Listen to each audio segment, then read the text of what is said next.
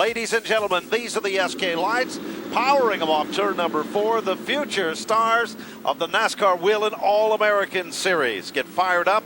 Down to the bottom of turn number 1, David Webb is the leader of the pack, and he runs like he was shot out of a cannon. Gone as the leader down at turn 3. And an early challenge by Mark Buckeye in car number 52 as he scoots into second place. And now making a bold move on the bottom is Alan Provost. He wastes no time to pierce his way into third. Harry Wheeler gets bounced around. He goes from a top 5 position all the way to the back of the pack. Trouble now, we've got 2 cars spinning. Looks like the 11 car of Tony Santangelo is involved, and a second car, the white machine, is spun to the inside of the racetrack as well. So with 1 lap up on the board, we go to yellow, and the second car that spun, we believe, is the 42 car. And that, of course, is the 42 machine for Kyler Caffro. There's 2 cones on the bottom of the racetrack. That's where they're supposed to be even in the front row, and that's when the starter gives the wave of the flag that commands the start. The color green becomes a factor as you're seeing it now, and Webb does not look as strong this time. The back end machine is right there on the outside, and look at the 23. He was so strong in his qualifying, Alan Provost, and he's showing a lot of muscle right now. And Jason Allegro in car number 08 has moved up to make it a 4-way scramble for the lead as they swoosh their way around the corner. David Webb, just like in the movies, has the upper hand against a combination of Provost and Buckeye. It's a great battle going on right there. A little further back in the field, the number 18 car for Kyle Spencer is now being pressured heavily by Raymond Grassetti. That's the battle for the 4th and 5th spot. Further back in the field, Reen, Britt Anderson in front of him, and Josh Sylvester are starting to thread the needle and work their way to the front. Anderson tucks out of line, can't do it, tries to hold off Reen. He does find a little magic there, but they come off the turn, and they have pretty much, we've got a new battle shaping up for second now, as Provost goes to the inside of the back eye machine as they come back to the line. So a Tasmanian Devil move trying to be executed by Alan Provost as he is trying to grapple that number 2 spot away from Mark Buckeye. It does not happen. Buckeye hanging tough on the outside groove.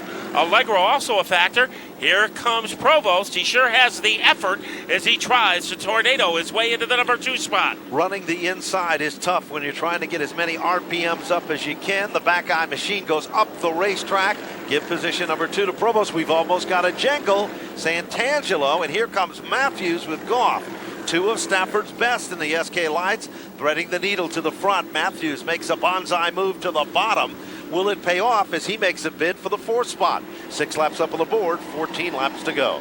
He has leverage underneath Joey Allegro. Here comes Matthews making that guided missile move underneath the 08 car. He has pulled even. Those 2 drivers are body pierced together, and now Matthews has 4th place all by himself. Good battle there. Trouble a little further back in the field. We've got 3 cars spinning. It looks like a tornado of a dust storm in the Mojave Desert that's taken place in the bottom of turns 3 and 4. Michael Lane in the middle of it in car number 20. And there were 2 other cars involved in that altercation as well. We'll try to get you the number of those cars. But we are back under caution. 7 of the 20 laps now complete. And you can see a lot of dust got kicked up onto the racetrack. During this past weekend, there was a big motorcycle show here at the Speedway. A very impressive arena was built trackside, so we apologize a bit for the dust.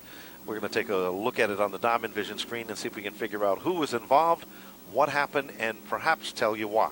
And how that dust was created. There's the contact there. And it looks like Heyman ran into both Lane and that white car, bringing out the gold.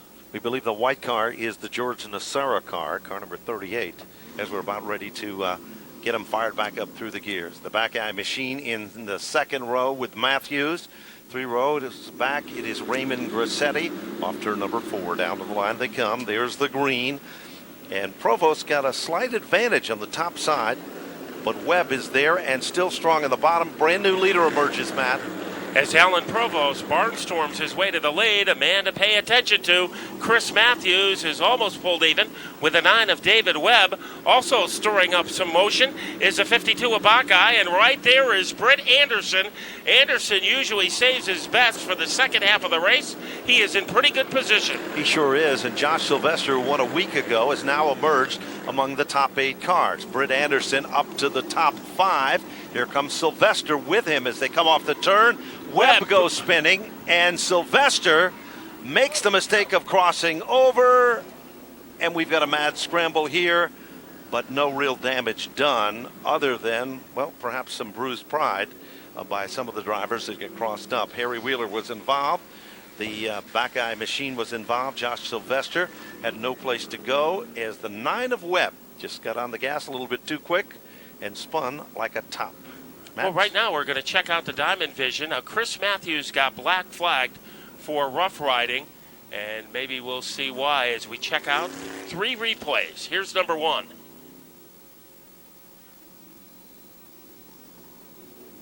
And the 9 goes around, knocking over those cones, and look who got crossed up. Josh Sylvester in car number 16.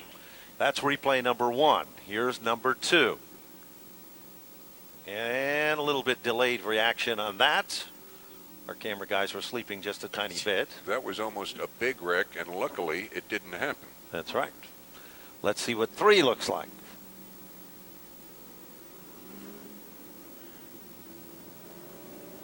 Well, Josh trying to get all the camera time he can in car number 16. And we're having a little trouble with replay number 3, so we check out the Stafford Sunset in our Diamond Vision. 8 laps in with Alan Provost, the dominant factor. And they're just removing the car that was on the hook up in turn number 1. Well, there's the 3rd replay, and David Webb, he doesn't want to see that one because he wound up in John Deere country outside of turn number 4, and Jay Goff is his car being dragged from the racing surface.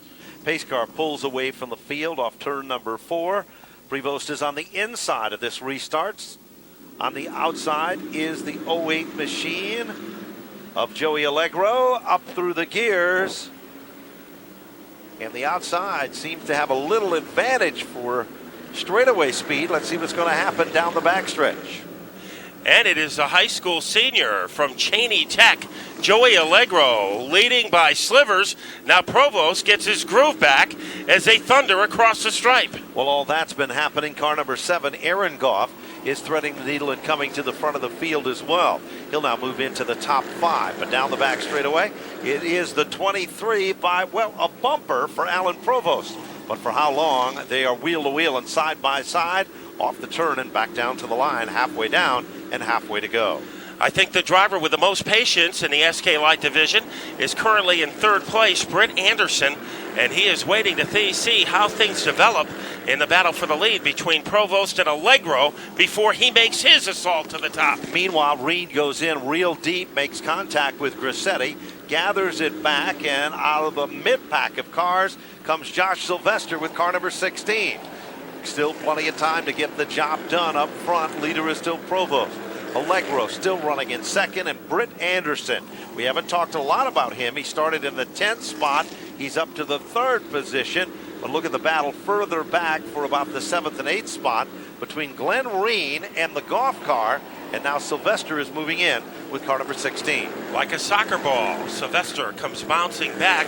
Grissetti doing a great job holding off Reen and Goff. And now he is trying to pester the back bumper of Mark Buckeye. Strong move for Grissetti. Good move. He'll tuck it down low to the bottom of the racetrack. Reen is right there. 3 cars bidding for the 4th spot.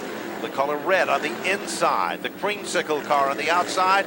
Look at Reen, literally with a bumper shot that would jar the fillings in anyone's teeth. He's a factor, and he wants to get to the front of the field, and he wants to do it quick. But whipping his way into the position is Grissetti. Here comes Reen on the bottom as Reen is trying to thunderball his way against the 09. But Raymond Grissetti, he is very strong tonight and keeps his fingernails on 4th. One more time around. Here comes Reen. Reen will try it, can't do it this time. He pulls it back into formation. runs in the tire tracks down to the bottom of turn number 1. That's the battle for the 4th and 5th spot. The color red still setting in 4th, but green is there all over his back bumper. He'll make a bid for it down to the bottom of turn 3. While Reen and Grissetti duke it out, having things under control at the front of the field, Provost, a very stable lead against Joey Allegro. And the big question, Ben, is Britt Anderson going to make one of his patented lace race moves in car number 70?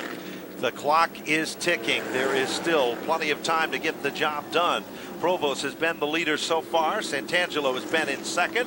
Third has still been Britt Anderson. Now Santangelo pulls out a line. Great move to the bottom. He is sideways. Allegro winds up on the grass, is out on the track, it spins. And Goff literally up on top of the back eye machine down the back straightaway, and we go to yellow. 17 laps up on the board. How quickly everything can change. Well, for a while it looked like Joey Allegro was content to hang back in second, but with 3 laps to go, made his move, and it didn't come to fruition. It certainly didn't. Aaron Goff was literally up on the back eye machine, and now the right front of that car, I think, is peeled back, and that's why the safety crew is going out. It stopped approaching turn number 3 underneath the Twisted T billboard there. Let's see what's going to happen off turn number 4 as they work their way back to the stripe. Provost, going for his second win of the year, gets off to a lightning bolt restart. Let's see if Anderson can recover in car number 70. Good move by Grissetti underneath the 70 car. Grissetti goes to the bottom of the racetrack. Reen is bump drafting Britt Anderson down the back straightaway. Here comes Josh Sylvester. He moves in. 5 cars under a blanket. They bump their way off turn number 4 down to the line. It's still Provost, but it's not over with yet. The question, is Grissetti ready to make a move on our leader, Alan Provost? Not that time. And here comes out of nowhere Glenn Reen. He came from obscurity to battle for second place. Reen goes to the top side. Here comes Sylvester. He'll bid down underneath Britt Anderson. White flag is out. 1 lap to go as they head off turn number 4. Reen on the outside of Grissetti, trying to move within striking distance of the 23 car. Alan Provost has the upper hand as they head into turn 3. Meanwhile, Britt Anderson comes back to life. He'll tussle with the Sylvester machine.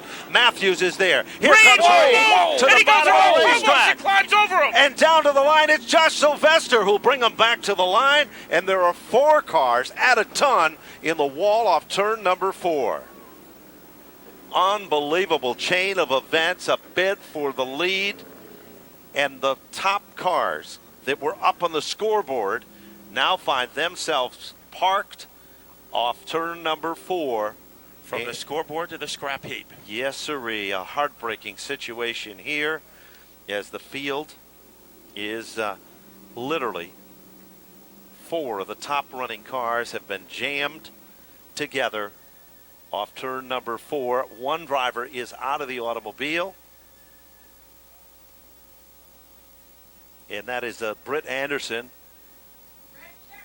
And it's a red checker, a yellow checker situation. And believe it or not, for the second week in a row, back-to-back victories for the driver of car number 16, Josh Sylvester has done it again. There's an old saying that says, better lucky than good. Tonight, he was good and lucky. And you got to give him credit for the comeback he made. Remember, on lap number 8, he wound up in no man's land on the front straightaway, and it looked like his chances, he had 2 chances to win, null and void, and he was able to make a pretty good comeback and survive the chaos. And this was more a survival test than a victory for Josh Sylvester. But Ben, I guess you have to call him the king of the yellow checker. You sure do, and a great run for Chris Matthews. He overcome diversity to come from the back of the pack and was able to pull it off there as well. So here comes Josh Sylvester to Victory Lane, and Roland Bolduc will be our host at CarQuest Victory Lane as Josh checks in, and hopefully everything is okay, as there was bedlam in turn 4, jubilation in CarQuest Victory Lane as Josh Sylvester pulls in. The trophies are ready, and Roland is ready, and let's go to Roland Bolduc in CarQuest Victory Lane. Thank you, Matt. Josh Sylvester looks pumped up. He's trying to get the belts off, get the helmet off. The Hans device is the only thing slowing him down right now. That and the earbuds as his crew is starting to work their way up here. So Josh Sylvester gets himself a CarQuest hat and an ice cold sip of Village Spring water. As he's still fighting with the Hans device, here he comes, Josh Sylvester in the number 16. Josh, it was kind of crazy out there. Tell us about that last turn. Wow, that was crazy. I mean, I was hoping for fourth, and I saw Reen dive under Allen, and they touched, and I just tried to dodge it, and I mean, I got through. That was a crazy race. We spun out. We went back to last, made it back up. That was crazy. I mean, I got to thank my sponsors, TAS Country Home, Sylvester Construction, Sanford Plumbing, GNC Transport, Village Springs Water, Perry Lathrop Collisions, and Star Finish Production. I mean, that was wild. That was fun. One pumped up driver. You got to hand it to Josh Sylvester. Congratulations. Thank you very much. And rounding out our second spot, Chris Matthews, as he's back here in the number 29. You got DQ'd or black flagged early on. You worked your way up. That finish on that one of those last laps seemed to help you get up to the front. Oh, yeah. We had a little problem there on one of the laps there, and we got together with the 9, and, I didn't mean to. It was like just racing incident, but I got to thank all the guys that get us here every single week. Reliable Welding, Riverview Restaurant, Master Tech Auto Tech, Summersville Auto Sales, just the whole crew, everybody that helps me out. It's just great, and got to congratulate Josh on 2 in a row there. So.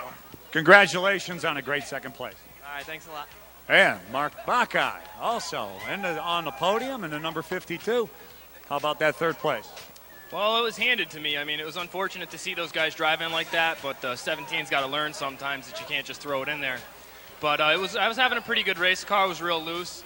They were doing a good job out there. I was having fun. It was good racing right up to the end. I got to thank my sponsors, Home Selling Team, Gearhart Insurance, and Buckeye Homes. Congratulations on a nice third place. Thank you. So we are going to look at the Diamond Vision now. And Ben, can you figure out any what happened in the last turn of the last lap? Well, here they are. There's the 17 car.